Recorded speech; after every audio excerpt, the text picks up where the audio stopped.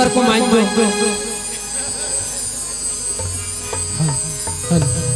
सुनिए समधी जी। सुनाइए जी। चांद चांदनी से होगा तो सितारों का क्या होगा? चांद चांदनी से होगा तो सितारों का क्या होगा? मोहब्बत एक सी होगी समधी जी तो हजारों का क्या होगा? समधी जी हाँ हम भी कुछ कह दे क्या?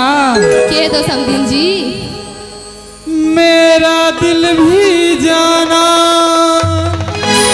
अच्छा बेकरार हो जाए,